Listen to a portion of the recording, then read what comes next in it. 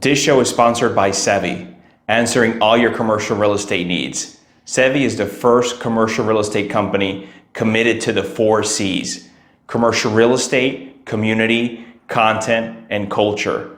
Go visit Sevi at Sevi, SEVI, properties.com. Again, SeviProperties.com. Hello, everyone. Welcome to the DMV Business Show. I'm your host, Otto Sevilla, and today I have a very special guest for you. We have Michael Gilman. Mike is the founder of Grooming Lounge. Welcome to the show, Mike. Hey, Otto. Thanks for having me. Of course, the pleasure is all mine. Before we get into your personal and business story, I'd like the audience to get to know, the business in case they haven't heard of Grooming Sure. Lounge. Like, what are they? What do they do? Where are they located? Yep. Sure. So, Grooming Lounge, we've been around, I don't know if it's good or bad. We've been around a long time. We started in about 2002. And we started out as one of the first players in the new episode of the men's grooming space. So we started out with a store in Washington, D.C. on L Street, an upscale men's barbershop and spa. And at the same time, we launched what was at the time the first kind of multi-brand men's grooming company online, one of the first e-com shops that for men, where you could buy whatever kind of men's grooming stuff, from shampoo to body wash to a nose hair trimmer, whatever you need. So we started with those two things, and over the years, our business has expanded to additional stores, additional brands that we carry online. And what we focus on a lot now is our Grooming Lounge brand of products that we develop in our barbershop in conjunction with our barbers, and not only sell in our store and on our website, but also we have wholesale partners and retail partners all across the country. Oh, that's amazing. So it started with a retail location and it's almost evolved to a direct-to-consumer brand. Yeah, actually, we were able to open. We opened the .com. We opened in late 2001, before we even opened our first store, and it was really just when e-com was getting going across the country, anywhere.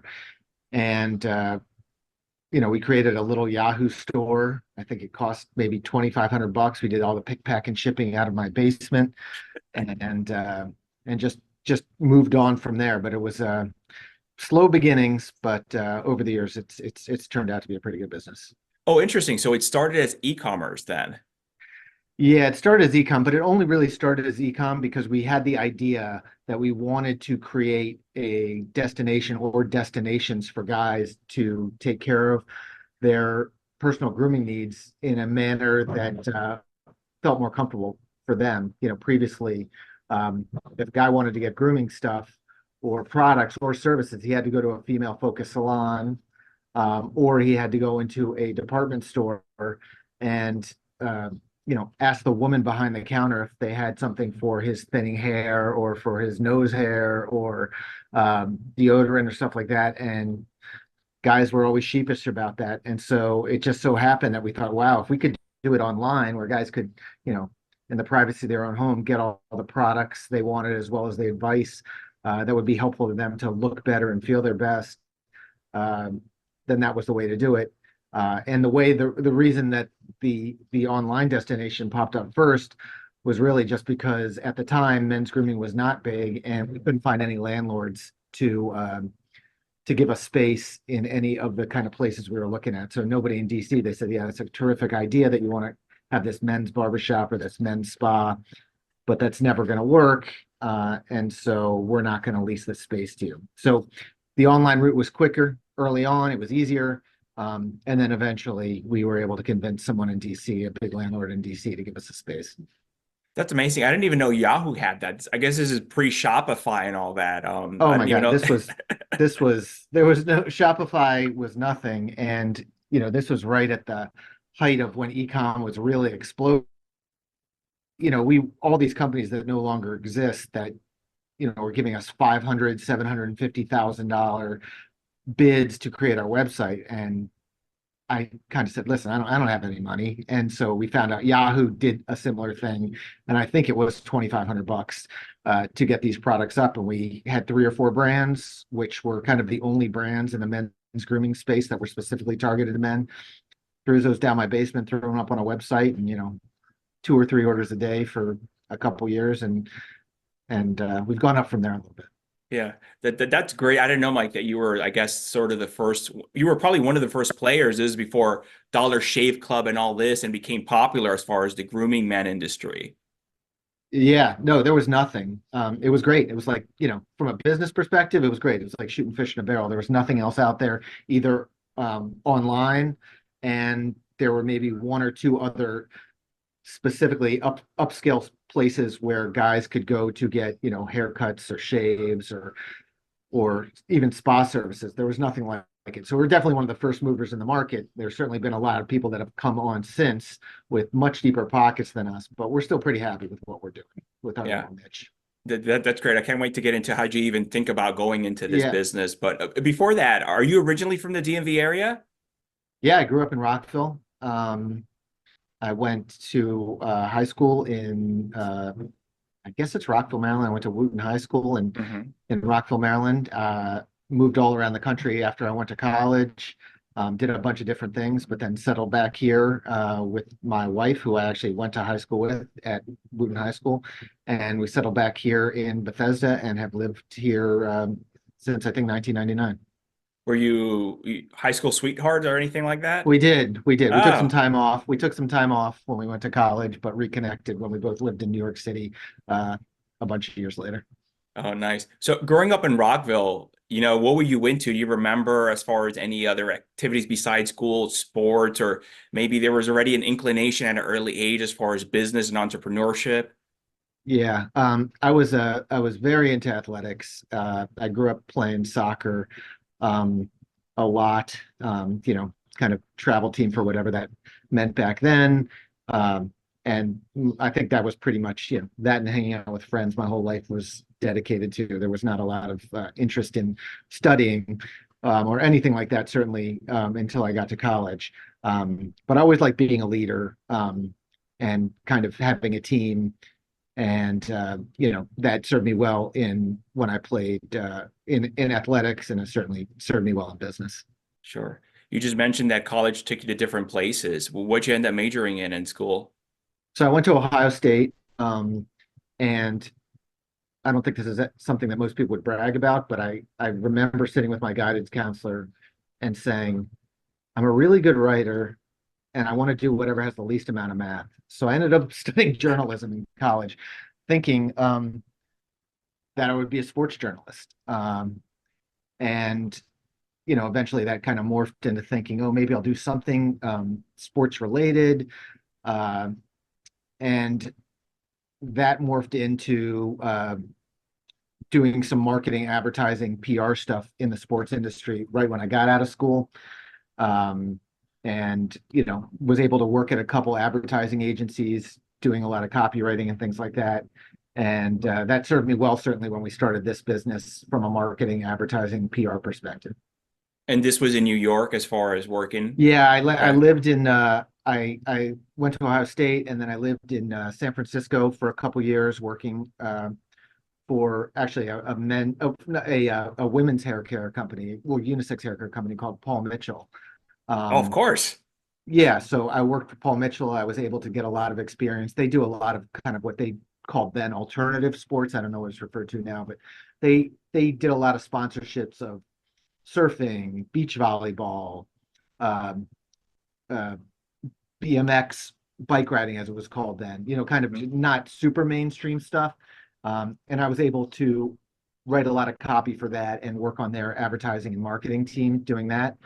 And from there, I moved to Chicago um, and worked for a marketing agency that did a lot of work for Miller Brewing, and lived there for a couple years. And then I moved to New York City, and I actually worked in the marketing and advertising department for IKEA, mostly doing copywriting and PR stuff. And from there, when my wife and I decided we wanted to move back to the DC area, and we moved back, and that's when we started Grooming Lounge. Oh, so immediately when you moved back, you weren't like, oh, let me continue the W-2 job and find something here in marketing or copywriting. Um, yeah, I kind of knew what I wanted to do. I had an idea and thought this would be a great concept, and I can get into, whenever you're ready, how the concept kind of came about, but it all kind of dovetails together Please, uh, yes. with that. So the nutshell is that when I was in college and when out of college, my family, I grew up in a family that was in kind of quote unquote the professional beauty business. They ran a distribution company. Based out of Maryland that was a distributor for professional hair care brands. Paul Mitchell happened to be one of them. Um, and that's how I got my in there. But they carried a bunch, Matrix, Redken, a lot of different brands. It was a company that my grandfather had started probably 80 years ago now. And they were the middleman between a manufacturer and the salon. And while I never worked there, I grew up kind of at the dinner table hearing conversations about, beauty products, not necessarily grooming products at that time. Um, and while I never worked there, when I would come home when I was in college and after college, they would always have a big trade show. They had a trade show every year where all the manufacturers would come and hairstylists and estheticians and anybody in the beauty industry from around the DMV would come to learn the latest, see shows, all that kind of stuff. And when I would go to these shows, I would always get a goodie bag. People were throwing stuff at you. So I'd always get these bags, and then I would, at night I would go see my old buddies from high school. And I would always have these bags with me. And it hit on me one time when I did that, when I was living in New York. I brought this bag, and I wouldn't necessarily categorize any of these guys as, at least at the time. Now they've all done very well and are put together, but they were slobs. Beer drinking, football watching, mumbling, grunting at each other slobs. And and I would bring this stuff home and just, hand it out to them. Anyway, I did this uh, while we were living in New York, and one of my friends, the kind of the least well groomed out of them, called me a couple days later. He said, "Gilman, that bath salts that you gave me, those things are amazing. I love those. Where can I get more of those?" And just a light bulb went off. Men's grooming wasn't anything at this time. And I said, if this guy is taking a bath and putting bath salts in and, using this shampoo for thinning hair, I can't imagine what a professional guy wants to do. And maybe he's just not doing because there aren't the resources for him to do that. So just looked into it and realized like nobody was doing anything of note for men's grooming. And there was just this head for guys to do stuff to take care of their skin and hair and embarrassing issues like nose hair or back hair. There was nothing for it. And so out of that evolved the idea like, oh, wow, maybe we could have a website where guys could go and get this stuff done, buy these products in the privacy of their own home without being embarrassed. And then the shop just seemed like a no-brainer because, there's guys who want to look good and feel good and are willing to spend money to look and feel their best.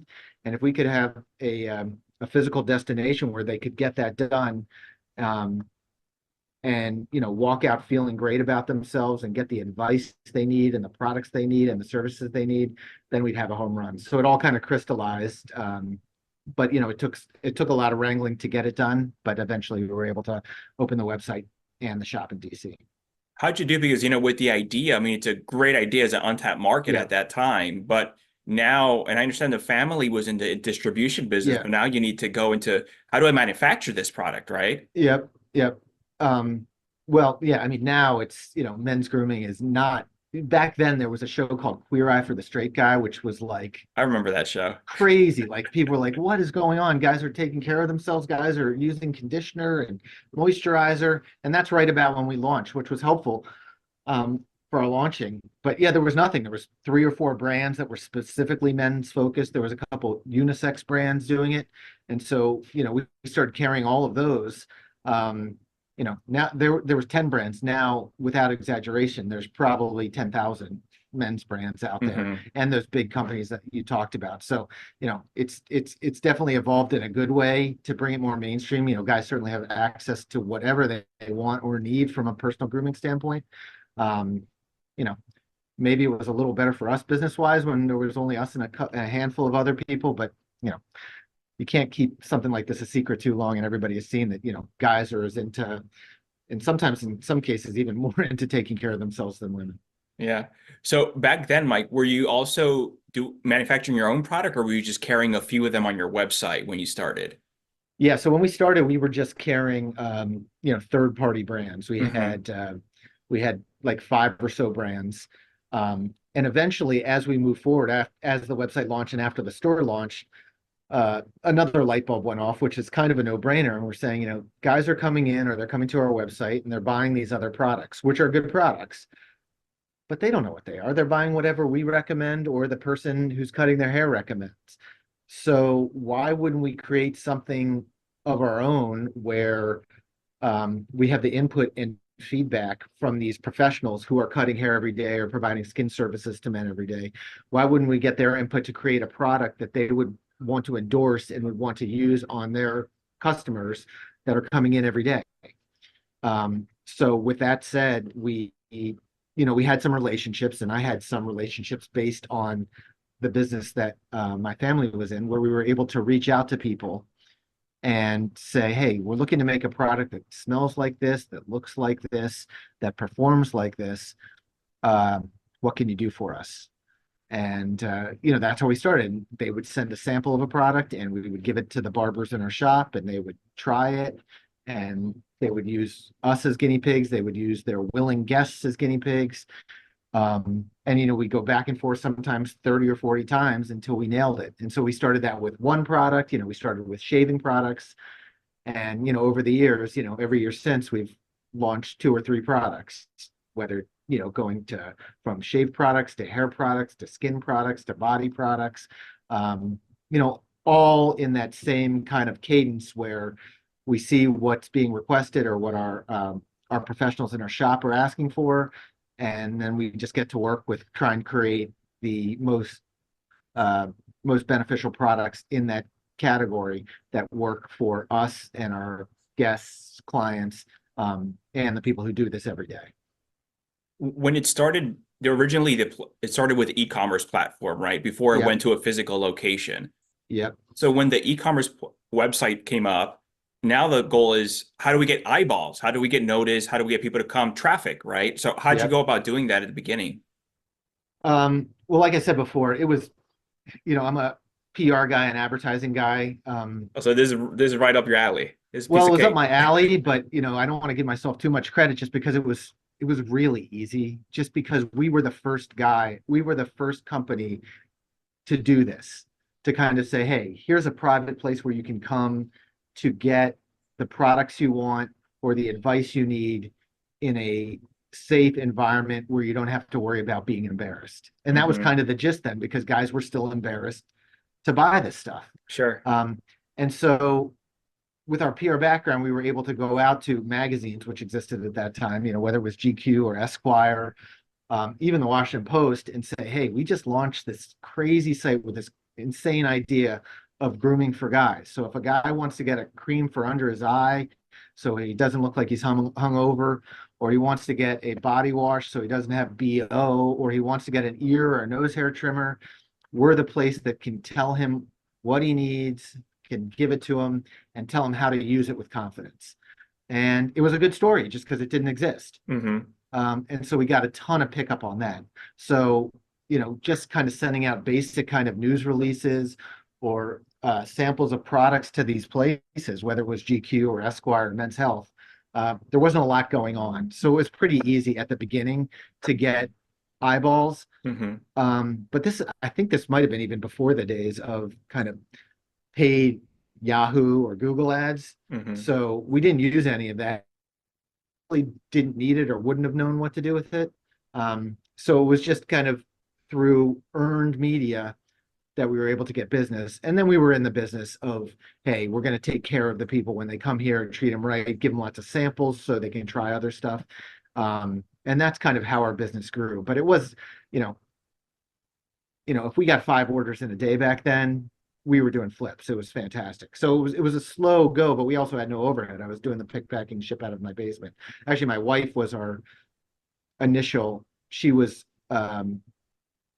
pregnant with our first child, and so she did that. And I think, like, the first the first holiday season that we were open, her mother was visiting, and she was like walking to the post office, 6 months pregnant with bags of of shipping boxes, and my mother-in-law quit for her. She said Wendy's not doing this anymore. So then we had to figure out some other things. But yeah, it was a nice build. It did it at the right cadence for us because we wouldn't have been ready for anymore.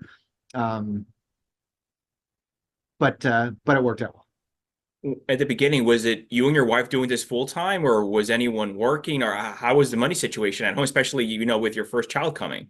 Yeah. My wife had been working. She had stopped. She was a management consultant. And she had stopped. And yeah, I wasn't. I had saved up a bunch of money. So a lot was riding on this working. But at the same time that this was happening, we were also had locked in our first lease for a store in DC. So the future looked bright, but of course Sure. anything could have happened. So yeah, it was scary. It was scary. But I feel like when you're doing it at that age, at that time, like you didn't know any better. Like now I'd be a nervous wreck. Then you just didn't know any better. You figured, Hmm. yeah, you'll figure it out. So at the same time as you're doing the online website, you're also getting your first location. Yep. And how many locations did you open afterwards? So we opened one in DC on L Street, which was kind of our flagship. Hmm. And then we opened I think in 2007, we opened a shop in the Galleria in Tysons in Northern Virginia. We had done a franchise in Atlanta in like 2010, and then COVID came, and now we have one shop in Virginia. I remember we literally in our DC shop, which was a monster. It was I mean, it was just a machine. It worked so great. And when COVID came, I literally remember March 12th or 13th of 2020. No one knew what was going on. Put a sign on the door that said, "Oh, when this thing blows over in a couple of weeks, we'll be open. We'll be back open." And 3 weeks turned to 2 months, to 6 months, to a year. And by the time we got back to doing it, DC had some serious stuff going on. So we decided against reopening that, which was a big gulp, and kind of shifted everything to our Virginia store. No, that's smart. Just because unfortunately DC hasn't, and I don't know if it ever will go back to the same level it was as far as the downtown area. Yeah, Um, is it? I mean, you're in that business, and I know. I mean, we were like at Main, we were on L Street in Connecticut, which was yeah, like it's Main and fantastic. Main. Yep. It was Main and Main for lawyers, lobbyists, tech guys, like just the type of guy who wants to come and take care of himself, has the financial will to do it, and it was great. It was an amazing location. But yeah, I mean, some of the stuff that was going on down there, and I haven't been down there forever, but even when I went, maybe 18 months ago, it's like it's a different place. Yeah. No, but It's that's still like it's yeah, it still is. like that. It's a smart move that you did, Mike, and just focus in Yeah, Virginia or just sort of the outer suburban area. Because yeah, even now, sometimes when I go in with clients to downtown in the central business district down, and they're just like, yeah, doesn't make sense for me to do retail or restaurant just because the traffic, the business is not here, and that's why all these yeah, stores are just closed. yeah. It's Yeah. it's it's. I mean, it's sad for us, but there was a lot of nice, small businesses around us that they'll never come back. Yeah, no, it's true. So now you have the Yep, Virginia one. yep. And with the Virginia location, is it just I come in as a guy, hey, I want a haircut or a beard trim, or how does it work? Yeah, so we have it's in the Tysons Galleria, which is, as is like a super upscale mall in Northern Virginia, which serves our purposes because we're really a destination kind of with the levels of service we're offering and some of the price points. It's not really, we don't rely a ton on walk by or walk in traffic, which we would certainly accept. We're certainly not above that. But so we offer kind of everything a guy could need to take care of himself from head to toe. We have haircuts, we do those old-fashioned hot lather shaves. Um, we do hair coloring, which a lot of guys get, especially as as our demographic gets older. A lot of guys want to cover up gray and stuff. Um, but I think that the real point of difference that Grooming Lounge always had is that we also have the kind of the spa aspect of it too.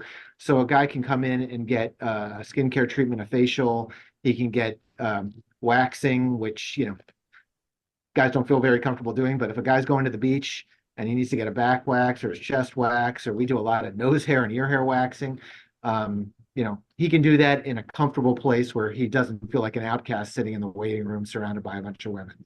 So that's a big perk. And then we also offer nail services, so men's manicures, men's pedicures, all that kind of stuff. So a guy can take care of himself from head to toe in an environment that's specifically tailored to him. We have, whether it's beverages or TVs or magazines or the music, it's all tailored to a guy, treating out there, feeling great, feeling super confident, looking his best. And we also have a huge retail selection over there. So if a guy needs to pick up some stuff to use at home, that's all available there as well. And I'm sure mostly Grooming Lounge product, right? It's a lot of Grooming Lounge. We do carry some other stuff because there's some categories or some specific spots we don't have product in. And so we want to give people some choices. But yeah, the majority of it is Grooming Lounge stuff. But we carry like some Kiehl's and a brand called Molten Brown, and a couple other upscale brands that guys can come in and grab. But yeah, the retail business, I think specifically for salons and spas, has changed because everybody gets everything online, if not at Amazon specifically. That's true. And is it sort of pay per service, or do you have, because what I'm seeing now, and I have some clients in the Grooming Lounge barbershop model and membership, and then just that revolving revenue coming in per month, or do you have it set up that way too? We don't do that. I know a lot of, I've been doing this a long time, and I know a lot of people who do that. That hasn't worked for us. I'd be curious how that works, but it doesn't for us. It doesn't work. It's per service. We do a lot of series where, if you kind of buy out 6 services at once, you get a discount on each service, which is kind of the same model. But yeah, we don't do kind of the membership type thing that I know a lot of salons and men's places are doing nowadays. What do you see as far as that different model? Like, is there pros and cons? Do you have a preference, or I guess why not, or why yes? What have you seen? The reason that we have never done the kind of membership model is because doing that has never allowed us to kind of keep the talent we want in terms of our in-house talent. I'm not saying that you can. I'm sure there's places that have a way. We just were never able to figure it out. To pay our team what they want to make by doing that. A lot of times when people do that, they're able to pay their stylists or their skincare pros hourly plus tip.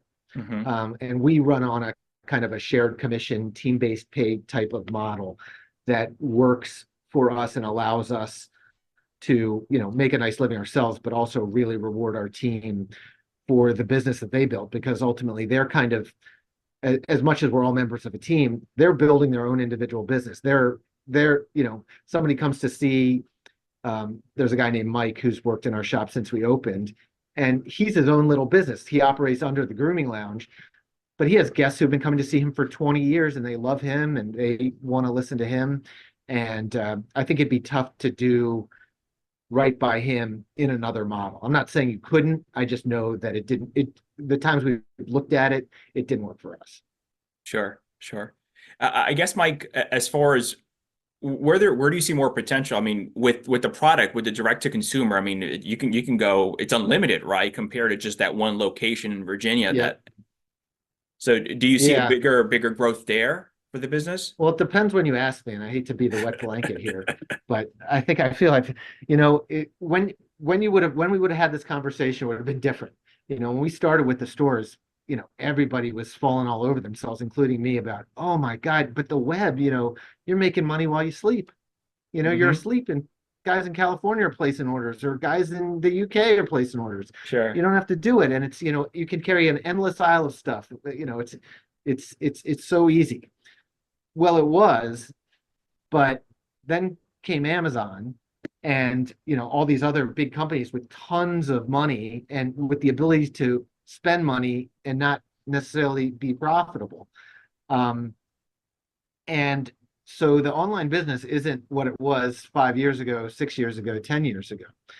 And I've seen a lot of people shift back to kind of the brick and mortar so people can have in-person experiences and stuff like that.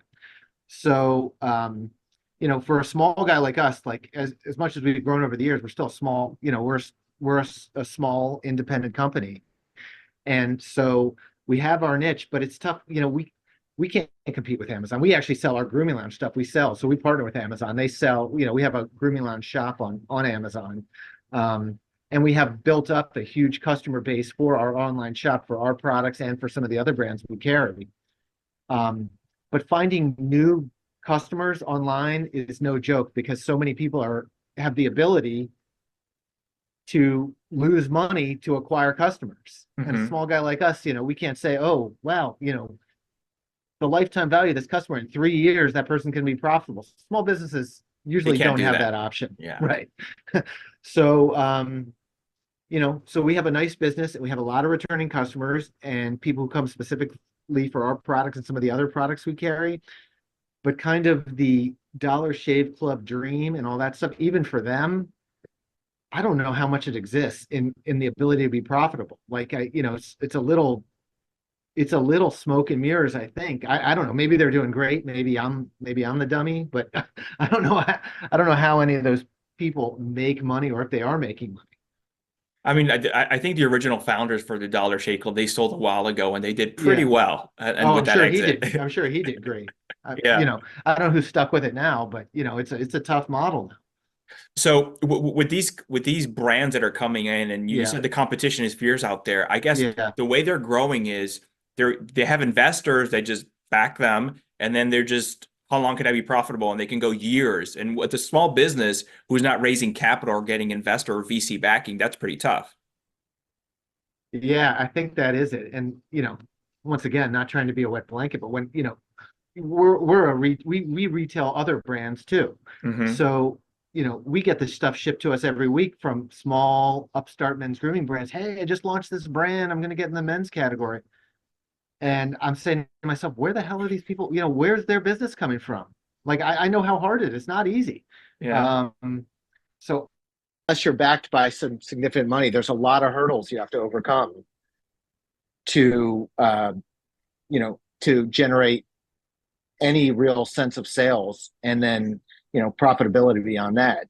You can definitely do it, but I just think you'd have to have a bunch of money behind you if you don't have that torque already started, like, companies like ours that have been around for a little bit.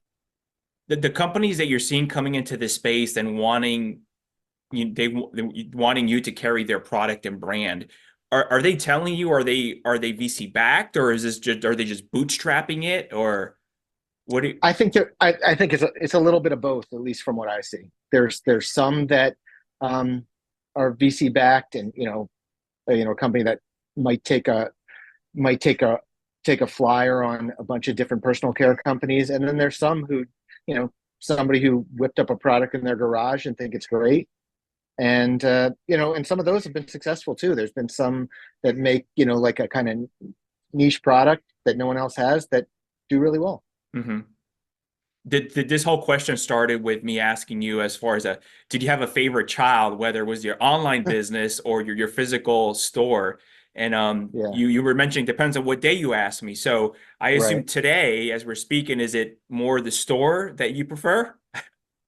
Yeah, today's the store. We can talk next week. It might be different, but yeah, because there's just so many different variables to the online business, whether it's kind of what your search engine optimization is, to what the cost is to buy a keyword on Google, best shaving cream or something like that. There's a lot of stuff that plays into it, at least with the shop. What you got. You got good people. They're doing great work. You've got a baseline of customers that are coming in. Online, just because of its very nature, you'll never be able to get a haircut or a facial or a manicure online. You have to go in and see somebody to do that. And online, just there's so much noise and so many people throwing information, different deals and stuff at you. It just makes it a little bit of a tougher business. Yeah. Being in business, Mike, now for over 20 years, I think, going almost 22 years. What would you say you're most proud of thus far in your business career? it might sound a little corny, but it is true. We've built a really good team, specifically in Virginia, and the people who do, most people that we work with at Grooming Lounge um, have been with us for over a decade and some for much longer. So we've got a really good team in the store of really good professionals who do a great job. And the team that helps us, we have our own warehouse out in Landover that does kind of our pick, pack, and ship operations. Those guys have been with us for 15 years. And so we've got a really good crew, tight knit, very focused on doing a great job. And, that's probably what I'm most proud of. And I know that because those people do such a good job, our company is able to grow and thrive. Kind of that, success is in the agency of others whole kind of mantra, because it's very true. Hire smart people and let them do great stuff and stay out of the way. Yeah. Speaking of team, how does your team look like today, overall with everyone, whether warehouse, stores, back office, admin? Yeah. So, I mean, the shop in Virginia, the team, we've got about 22, 23 folks who work over there. And we've got a team of about 5 that runs the e-com wholesale part of our business. Since COVID, a lot of that has changed where, we physically had an office downtown, and we had the warehouse. Now, kind of everybody but the warehouse works remotely and just kind of ties in via phone calls and Zooms and an occasional lunch. That's great. So overall, I guess maybe 30, 40 people. Yeah. Yep. Okay. Yeah. Pre-COVID, it was, we probably were 50 or a little plus, but now we're probably in the 30 range. Sure. Speaking about, since we're in the team topic, how do you go about actually finding the right team members and, placing them in the right role and the right seat in the bus? Yeah. Well, I think anybody you talk to, that's probably the hardest thing, finding good people, especially now, just because there's so many options for people in terms of how they want to work, whether they want to work remotely, whether they want to be in person. It's hard. That's why we're so focused on keeping the great people that we have. Because I'm sure there's good people out there, but like a bird in the hand type of thing, when you have somebody good, treat them great and don't give them any reason to go look at someplace else. Mm-hmm. That's kind of how we do it. But we do have new people that come on every once in a while, and we never have really done that via kind of advertising to find people. Most everybody we've hired on either any kind of segment of the business has been a referral or somebody that we work with in some other capacity. Being in the business for so long, what I'm sure you've had, just like any business, there are Right. moments where you're almost second doubting yourself. Am I doing the right thing? Should I Yeah. continue here? There's setbacks. What would you say is sort of the biggest setback that you can think of right now, or biggest failure per se? And how'd you go about maneuvering that, and what'd you learn? I mean, I don't know where to start. I mean, you're still. I mean, every business. If you listen to any of the successful business guys that are on podcasts and stuff now, always talk about how many failures they had and how many road bumps or speed bumps they went over to get to the other side. And yeah, I mean, it still happens every day. You're never out of the woods. It's it's nonstop. It's not. Yeah. I think anybody who tells you being kind of an upstart entrepreneur is fun is either is wearing rose-colored glasses all the time and good for them, or is out of their mind. It's not. It's you're just putting out fires all the time, like nonstop, nonstop stuff. I mean, I think the thing that I would view as being our biggest success, which really changed our business, was kind of how we handled COVID.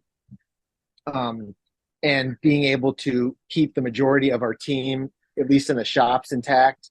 We moved a lot of people over to Virginia, took care of everyone as best we could during kind of that downtime, over communicated with people. We're beyond upfront with everybody, kind of saying, we don't know anything either. We have no idea what the hell is going on either, but we do know that you're important to us and are going to stick with us. And did the same thing with our guests, and kind of telling them, we want to be helping you and providing the service that we've always provided for you. And, we'll let you know as soon as we know more.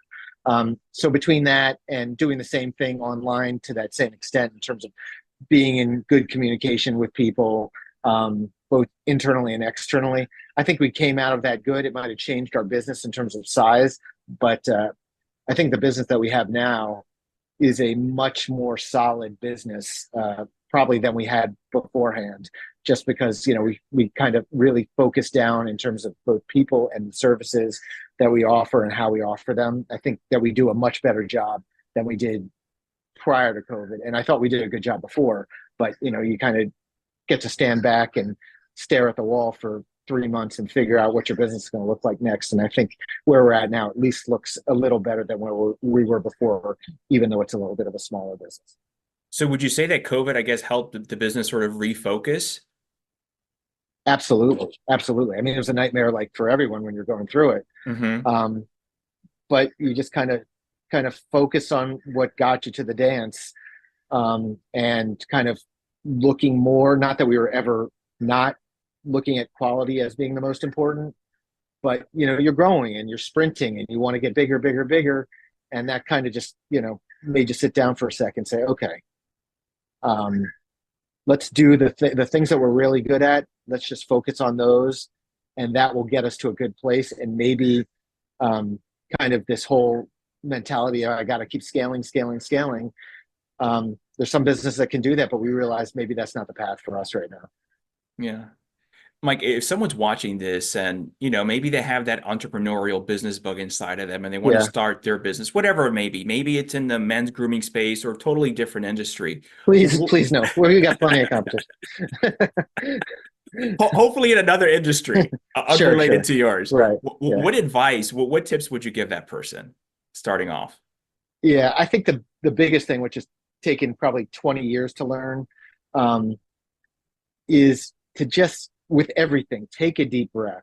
There's so many things when you start a business that seem so pressing and that will literally and figuratively make you nuts. You're focused, you got to be focused on the details, but you got to take a step back and realize that some of the little things that happen, whether they be with a product or a team member or a customer, like all of this stuff will pass if you're doing the right thing and providing good service and treating people right. But in the time when you're doing it, you get so granularly focused on some of these little things that don't mean anything in the long run that you're not able to focus on the big picture and do all the other things that you want to do. So it's nearly impossible to do it, but there's, focusing or obsessing about something small at the, to the end where you're not focusing on all the other things. It's a killer for small businesses, and people do it all the time.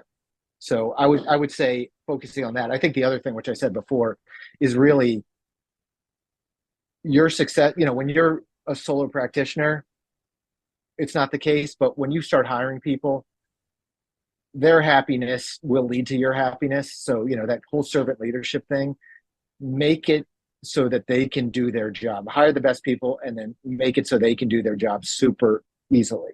I mean, I still go over to the shop in Virginia several days a week. I fix light bulbs, I clean dryer vents, whatever it takes to let those people focus on the job that they need to do to be great. I don't want them worrying about anything else. Just focus on what you have to do.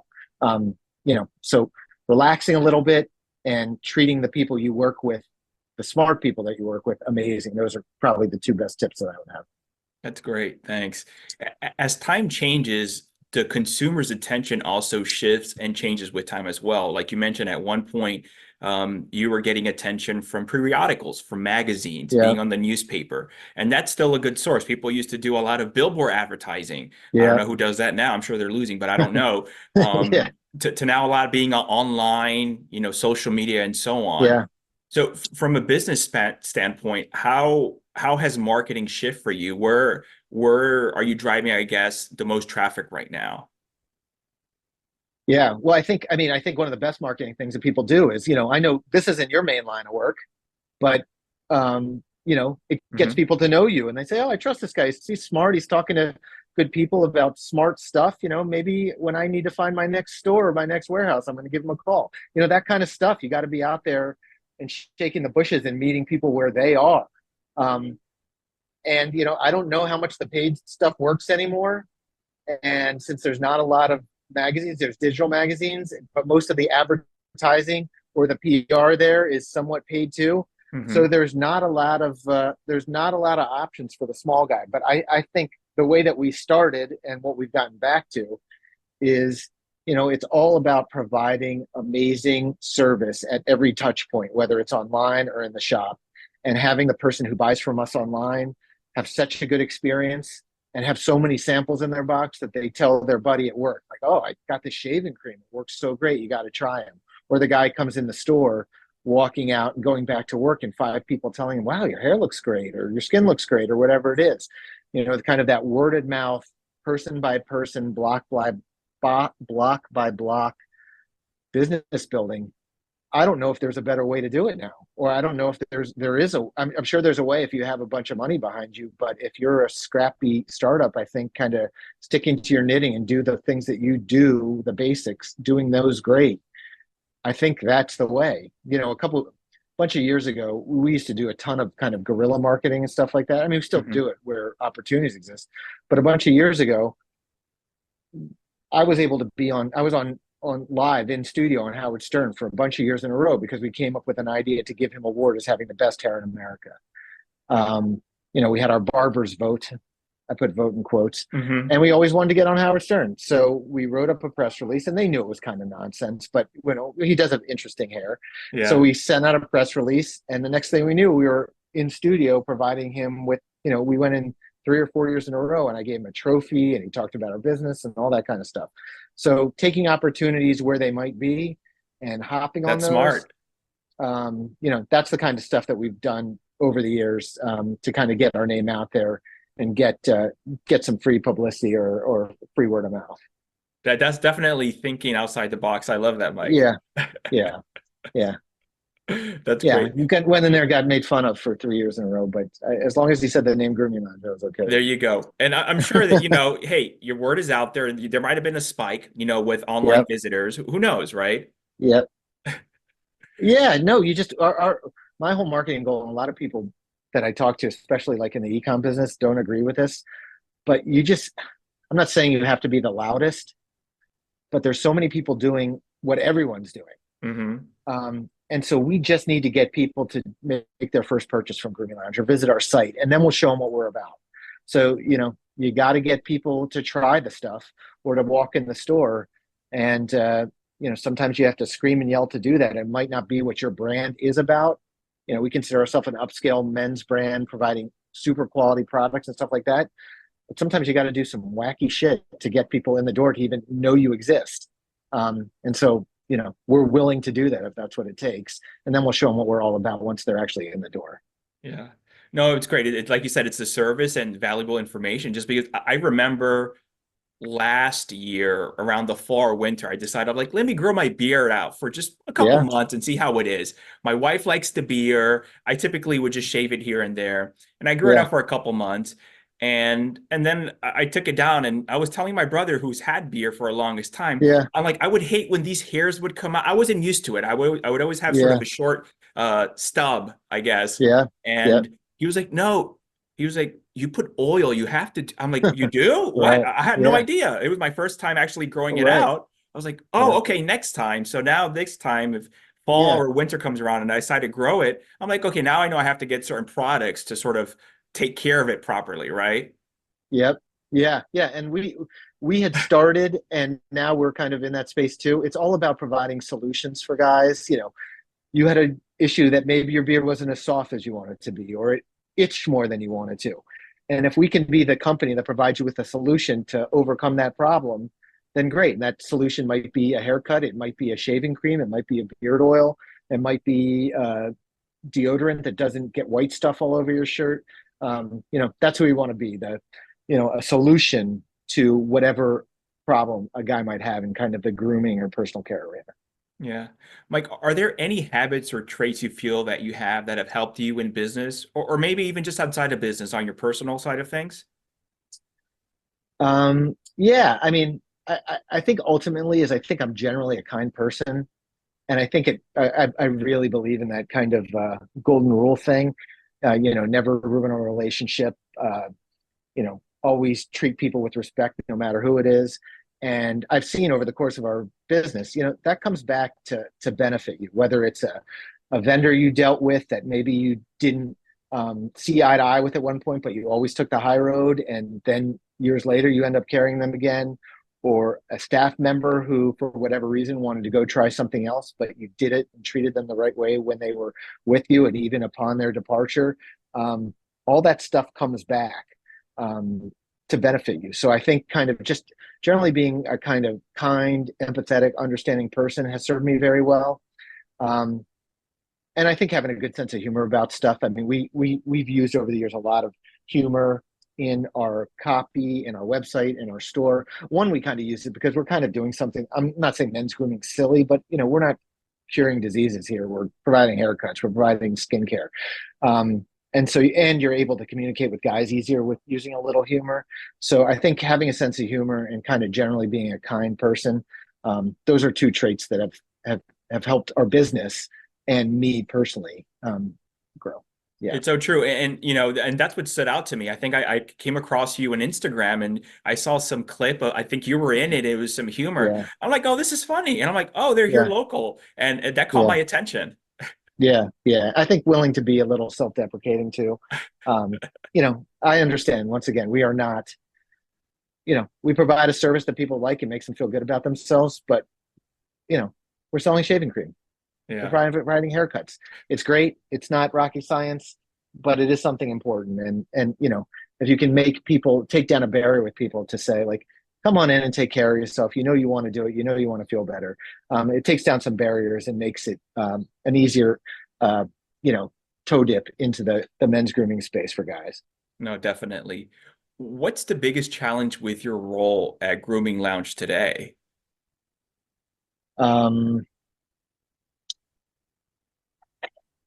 I mean, I guess the biggest challenge is, something we talked about before. It's as the leader of the business is leading the charge to find new business. It's not just being happy with what you've got, but, doing it myself, which is my job ultimately, and also communicating and pushing that out to everybody else who works with the team that, everyone's job is to be a marketer for this business. And you might not know you're a marketer for this business, but everything you do helps market your business and our business. If you're a barber and you're out getting drinks at happy hour or out with friends, tell people what you do. Tell them to send in friends. If you work on our manufacturing side and you come up with products, take samples home. When you meet people, give them a sample. A guy will always be complaining about his, not getting a great shave or wanting a new body wash or something like that. Have that stuff on you. And so everybody's job is to be marketing all the time. And you have to communicate that to people because, they view it, they might say, oh, I'm just a hairdresser, or I'm just a digital marketer, or I'm just in customer service. None of that stuff is just. You have the opportunity to do whatever you want. Every interaction you have with anyone is an opportunity to market you and our business. So you got to take advantage of that stuff. I agree with you 100%. How easy, or I guess how difficult it is to finding, because I'm sure not every individual wants to sort of whether put themselves out there or just mentioning their service or products. Yeah. It's almost, not you have to brainwash them, but it's Yeah. you have to teach them, right? Right. Yeah. No, I mean, right. If you're proud of what you do and the company you work for, you should want to do it all the time. And if you don't, you've got to turn something. If you don't think you're a great barber, if you don't think you're a great skincare person, if you don't think you're great at customer service, if you weren't good, you wouldn't be working with us. So we wouldn't have that relationship. So you are. So be proud of it, and that's the way to grow your business. You got to talk about that stuff, and it's not bragging if it's true. If you do a great job, tell people. Yeah. Or give them a chance. You have to do it and try it. It just brings up memory when I think one of my first jobs in high school was working at a retail store, a national brand, probably international. And one of the things they wanted you to do is to sell the company credit card, right? Yeah. So as you're ringing them up in the cash register, you have to ask, and there's a way to sort of pitch it per se. Yeah. And 90%, probably more of the people in the register weren't even asking their customer in front of them. And at first I didn't because no one was doing it. And then they're like, hey, just ask, and this way and that way. They taught you. And I Right. became one of the leading people who sold the credit card many times, many rows Yeah. in just by asking. And you would get Yep. a certain percent or commission off of that too. So I was like, just ask. And there's different, they say no, ask this other way. They say no, ask Right. this other way. But at least you Right. tried 2 or 3 times. And if they say they're like, okay, because you want them to come back. Right. Well, if you're selling something, I mean, and I do it like this too. If you're selling, if if you're providing something to people that is actually an advantage to them, you're not selling. And people are reluctant to Yes. be salespeople. But we have this conversation with people who work in our shop all the time, is that, the person who's sitting in your chair or that you just gave a shave to buys shaving cream. They're going to either get it from you, or they're going to get it from CVS, or they're going to borrow what their significant other uses. If you really believe that the stuff you're using during your service is great, which we hope you do, you should offer it to that person. They're going to get it at a good price. They're going to go home and use it. And every time they use that product, they're going to think, wow, Mike, who gave me that shave, is a good guy. He steered me in the right direction. So like with you with the credit card, there was an advantage to the customer for that. They probably got a discount on it, Yep, by exactly. doing that. So you weren't selling snake oil. You were providing something that was a benefit to them, and it would maybe help you on the back end. And that's just good business, I think. Yeah. The thing is that not everyone does it. Right, Yeah, right, right, that's the problem. right. And People don't do the. finding the right people who actually are open to learning and actually trying things.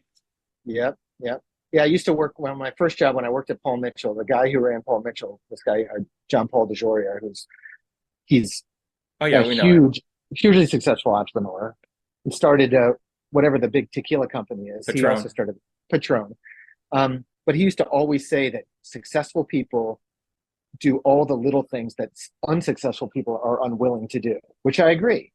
You know, you only want people on your team who aren't going to roll their eyes when you ask, "Hey, can we do this, or can we do this extra thing?" You want the people to say, "Oh yeah, when can I start? How can I do that?" You have to get those people. Yeah. Coming to an end here soon. What do you know now, Mike, that you wish you would have known at the start of your business career? Um, well, I think a couple things. One is that it's all going to be okay. You're going to figure it out. If you're so nervous all the time to be afraid of doing things, you're never going to get anywhere. Um, but if you're too aggressive, you're also going to run yourself out of business. So, and even if you do that, that's okay. You know, so kind of knowing that at the end of the day, you're going to be fine. You're going to figure it out. You have the facilities within yourself to make it okay. It just opens up a world of possibilities to know, hey, even if I fail or if I'm wildly successful, it's all going to be all right. Whether it's, your family, your faith, whatever it is you rely on, you're going to be all right at the end of the day, as long as you're doing the right thing. So I think I knew that, but I wish I would have known that more. I think I would have taken probably some more risks, and better risks. And I mean, I still tell that myself now. You gotta leap. Make smart choices and take leaps, because even if it doesn't work out, at the end of the day, you're going to be all right. Your business is going to be all right. The people you work with are going to be all right. Speaking about risk, you've been doing this for a while, and I'm sure there's times where you want to just sit back, relax, kick it back. Yeah, And there's a thing about becoming complacent, especially in an yeah, industry where there's a lot of competitors out there. So how do yeah, you go to sort of, continue with that fire? yeah. I think I naturally have always had it, but as you go on with the business, like things get stale, I'm sure, if you're running it. So, um, one of the things that I've really started to do lately, which I didn't do before, I don't read. Like, for some reason, I can't read books, but I listen to tons of books and podcasts and stuff like that. And over the last year, I've just like listened to way too many things, whether it's my industry or motivational stuff or even other industries. Um, and when you listen to people who have been there and done that, some who have been doing it even, for a shorter period of time than I do, but everybody's got a good idea. And if you listen, whether it's a book or listening to a podcast or listening to a book, um, you only have to get one or two things out of it that can really light a fire under and get you going. And that's all you need to take away. If you can take away two things that either motivate you or give you a new idea, I love that stuff. I love that stuff. You might listen to 30 minutes and, not understand or digest a single thing, but then you get the one thing that leads you to another thing. Um, it's kind of there's no bad ideas in brainstorms concept. You just get one thing that can kind of motivate you or light your fire or get you to think about something else. And that's all well worth it. Yeah. I think that's what kind of keeps me going. Yeah. No, I love that. It's the same thing when I listen to other things in totally different industry and I'm like, oh, I can incorporate that in my commercial real estate business and it's just random stuff or like email list. And I'm like, no Yeah. one in my industry really does it. And I'm like, okay. Yeah. And yeah, and it's just get little ideas from other businesses and how you can bring it to yours. Yeah. I mean, I think this podcast that you do it's a great thing. Like people would be too lazy to do it. You're seriously, you get like, that's the stuff. I'm probably too lazy. I probably wouldn't do it. But anyway, kudos to you. Like I get it. I get Thank it. you. It's good. Thanks. Yeah. Appreciate it, Mike. So what does the next couple of years look like? What are you most excited about? We are going to on the .com side, we're moving our warehousing to a third-party logistics facility. So I'm excited about that because it'll just give us a lot more capability, both on our wholesale and our .com, e-com side. So that's going to be great. And we're also going to be while we're really zoning in and focusing on the third-party brands that we carry. We used to kind of be this endless aisle concept, which we thought was great. And it is great, but then you have to house all that inventory and pay for all that inventory, and everybody else is trying to sell it too. So we're really going to hone in on the brands that make a difference for us and that we've had long partnerships with, while at the same time expanding our Grooming Lounge brand to more and more SKUs. Anyway, so I'm really excited about that. And then in 2025, or at the end of 2024, at the end of 2025, looking to open another shop. I don't know if it's going to be in DC just because of what we talked about earlier, but we'd like to open another shop. And right before the pandemic, we had literally done everything for the franchise model. We had all the paperwork. We had done everything. We had some in the queue, and kind of that pushed everything aside. So, we're going to look at revisiting that as well. Maybe some corporate-owned shops as well.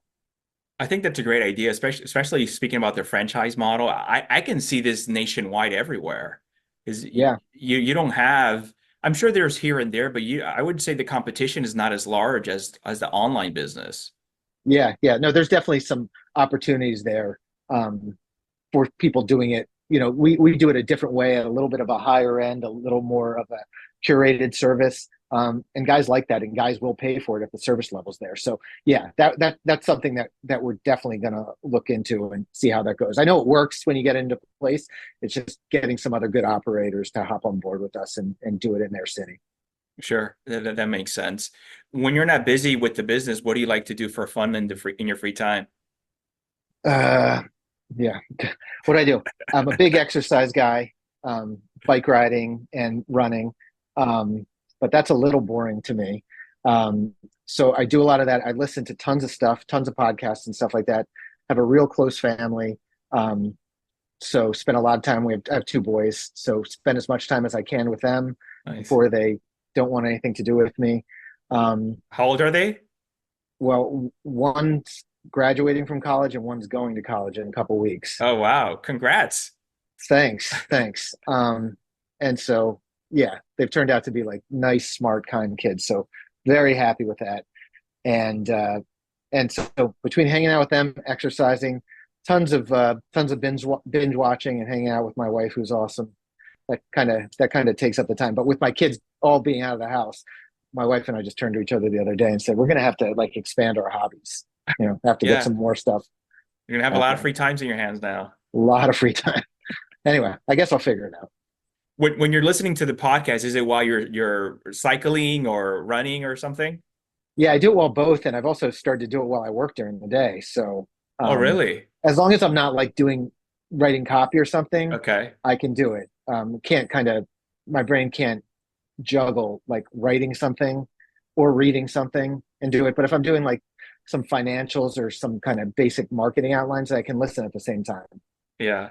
I do a little similar. I listen when I'm rowing, just because Uh-huh. when I lift, I tried it when I lift weights and I'm listening to a Yeah. podcast. I'm counting the reps and I can't, Yeah. you're also, I gotcha. it's business stuff, so I can't learn it. And I'm like, okay, Right. hold on, this idea just went through me. But if you're just doing something mundane, like you're running or you're bike or you're cycling or you're rowing, that's Right. when I row, that's when I listen to business podcasts. Yeah. You row like on the river or like a rowing machine at home? A rowing machine. Okay. All right. Yeah, that's I go to cool. the Potomac. That's a good thing though. I might try the rowing. People rave about that. It's kind of getting like a full body workout. Yeah, I started a couple years ago, and that's my cardio. It's just the rowing. And when I walk Yeah. around the neighborhood, my wife and I, or the kids, we go out walk our Yeah. dog. I have three boys, so Oh wow. that's sort of the How old are cardio. they? My oldest just turned 13, and I Okay. have one turning 11 in October, and then my little one that just turned 8. Oh wow. Okay. Well, you're in it. Yeah. Boys are Yes, cool. I love it. yeah, three boys. So they still want to spend time with me. Right. No, enjoy it. I always like whenever I see people who, you know, like people younger than me, well, that is saying like you don't realize like as much as you can be in it when they're that age, like do it and not always thinking about work or other stuff because right, there'll become a time very soon where they will not want that much to do with you. Oh yeah, I can already see it a little bit with my 13-year-old, or they're glued to the screen. That's a whole different topic. Yeah, yeah. Well, I don't think there's any way you can't avoid that, but yeah. Yeah. So Mike, if people want to learn more about you and Grooming Lounge, where can they go to, please? You can just go to our site at groominglounge.com, and everything you could need there, information about our shop, information about the products you can buy online, information about our history, it's all there. So yeah, groominglounge.com, that's the place. Or if you're in Northern Virginia or around and want to come see us in Tyson's Galleria, that'd be great. Awesome. Thank you so much for joining me today. Had a great time. Yeah, thanks, Otto. Appreciate it.